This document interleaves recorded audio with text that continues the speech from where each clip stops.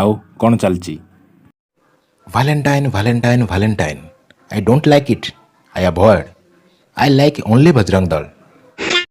ଫେବୃଆରୀ ମାସ ଆସିଲା ମାନେ କିଛି ପିଲା ପୁରା ଡେଇଁବେ, ଅଲଗା ପ୍ରକାର ଡେଇଁବେ। କେଉଁମାନେ ଡେଇଁବେ ନା ଯେଉଁମାନେ ଏବେ ନୂଆ ନୂଆ ପ୍ରେମର ପୋଖରୀରେ ପହଁରୁଛନ୍ତି ସେମାନଙ୍କ ପାଇଁ ତ ଏଇଟା ଗୋଟେ ପର୍ବ। ପର୍ବ ମାନେ ପୁରା ବଡ଼ ପର୍ବ। ଧନୁଯାତ୍ରା, ବାଲିଯାତ୍ରା, ଦୋଳଯାତ୍ରା ଏଗୁଡ଼ା କିଛି ନାହିଁ। ୟାଠୁ ବି ବଡ଼ ପର୍ବ ତାଙ୍କ ପାଇଁ ଏଇଟା। କାରଣ ଏଇ ପର୍ବଟା ସେ 8 ଦିନ ଧରିକି ପାଳନ କରନ୍ତି ପୁରା। ମାନେ ମାସେ ଆଗରୁ ପ୍ଲାନ୍ କରାଯିବ କେଉଁ ଦିନ କ'ଣ କ'ଣ ସବୁ କରାଯିବ। ଶଳା ରୋଜ୍ ଡେରେ ରୋଜ୍ ଦିଅ, ଟେଡି ଡେରେ ଟେଡି ଦିଅ, ଚକୋଲେଟ୍ ଡେରେ ଚକୋଲେଟ୍ ଦିଅ, ପ୍ରମିଜ୍ କର, ହଗ୍ ଡେରେ ହଗି ଦିଅ, କିସ୍ ଡେରେ ଚୁମା ଚାଟି, ଏମିତି ବହୁତ କିଛି ଅଛି। ଆଉ ଲାଷ୍ଟ ଦିନ ମାନେ 14 ଫେବୃଆରୀ ଯେଉଁଟାକି ଭାଲେଣ୍ଟାଇନ୍ସ ଡେ, ସେଇଦିନ ପୁରା ଗୋଟେ ଇମ୍ପୋର୍ଟାଣ୍ଟ କାମ କରାଯିବ। ମାନେ ମୌକା ଦେଖିକି ଚାନ୍ସ ମାରିକି ପୁରା ଲଗାଲଗି ମାନେ ଠିଆ ପାଲା।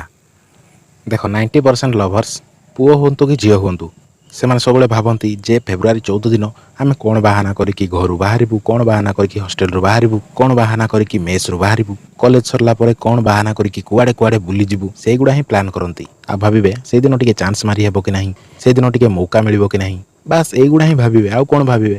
ଶୁଦ୍ଧ ଓଡ଼ିଆରେ କହିବାକୁ ଗଲେ ଅୟକୁ ଚାଲ, ଡ୍ରେସ୍ଟା ଖୋଲ, ହେବା ଟିକେ ଗେଲ, ତେଲ ମାରିକି ପେଲ।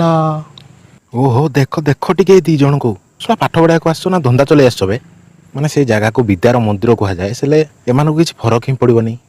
ବାପା ମାଆ ମାନେ ଭାବୁଛନ୍ତି ଯେ ପୁଅ ଝିଅ ମୋର ପାଠ ପଢ଼ିବାକୁ ଯାଇଛନ୍ତି, ହେଲେ ଦେଖ ପୁଅ ଝିଅଙ୍କ କାରନାମା ଦେଖ, ପୁରା ତ ଧନ୍ଦା ଖୋଲି ଦେଇଛନ୍ତି ଏଠି।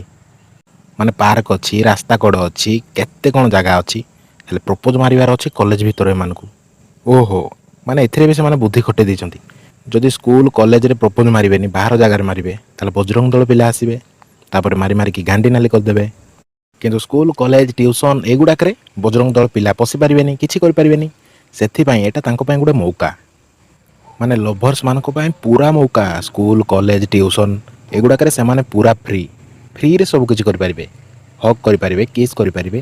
ଆଉ ଗୁଡ଼େ କଲେଜରେ ତ ଭାଇ କ'ଣ କହିବି, କିଛି ପିଲା ସାଙ୍ଗମାନଙ୍କର ହେଲ୍ପ ନେଇକି ମୌକା ଦେଖିକି କ୍ଲାସରୁମ୍ ଭିତରେ ବେଞ୍ଚ ଉପରେ ପୁରା ଠିଆ ପାଲା।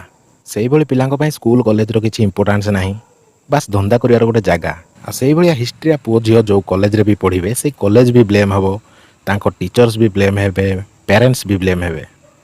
ଆଉ ଗୋଟେ ଅଛନ୍ତି ଟିକେ ଭଦ୍ର ଛୋଡ଼ି ଲଭର୍ସ, ସେମାନେ ଦୁନିଆ ଆଗରେ ଟିକେ ଭଦ୍ର ଦେଖାଇବା ପାଇଁ ସେମାନେ ସ୍କୁଲ କଲେଜ ଭିତରେ ହକ୍ କିସ୍ ଏଗୁଡ଼ା ସେ କିଛି କରିବେନି।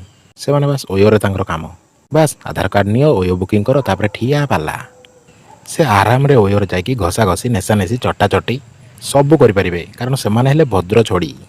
ଆଉ ଯେଉଁ ଲଭର୍ସ ମାନେ ପୁରା କଞ୍ଜୁସ୍ ସେମାନେ ତ ଓୟୋ ବୁକିଂ କରିପାରିବେନି। ସେମାନେ ସେଇ ବିଲ ବାଡ଼ି, ବନ୍ଧ ପୋଖରୀ ତଳେ, ନହେଲେ କେଉଁ ନିଛାଟିଆ ଜାଗା, ଜଙ୍ଗଲ ମଝିରେ ଏମିତି ଜାଗା ହିଁ ଚୁଜ୍ କରିବେ। ସେଇଠି ବି ସେମାନଙ୍କର ଠିଆ ପାଲା ଚଲେଇ ଦେବେ। ଆଉ ଯଦି ଧରା ପଡ଼ିଗଲେ ତାପରେ କହିବେ ସାମାନ ଲେକେ ପହଞ୍ଚ, ବନ୍ଦେ ଲୋଗୋ କେ ସାଥ। हाँ भाई सुन ना, सामान लेके पहुंच और बंदे लोग को भी कॉल कर दे। ମାନେ 3-4ଟା ସାଙ୍ଗ ଥିବେ କି ନାହିଁ ଧେଡ଼ିଆ ଧେଡ଼ିଆ, ସେମାନଙ୍କୁ ବି ଫୋନ୍ କରିକି ଡାକି ଦେଉଛି। ହତିଆର ନେଇକି ଆସ, ଝଗଡ଼ା ହେଇଯାଇଛି, ଗଣ୍ଡଗୋଳ ହେଇଯାଇଛି, ମାରପିଟ ହେଇଯାଇଛି। ମାନେ ନୁନୁଠୁ ବି ଆହୁରି ଛୋଟିଆ ସାଇଜ୍ର ପିଲା ସେ ବି ଆସିକି ଠିଆ ପାଲା କରିବାରେ ବିଜି। ତ ବାସ୍ ଭିଡ଼ିଓ ଖତମ।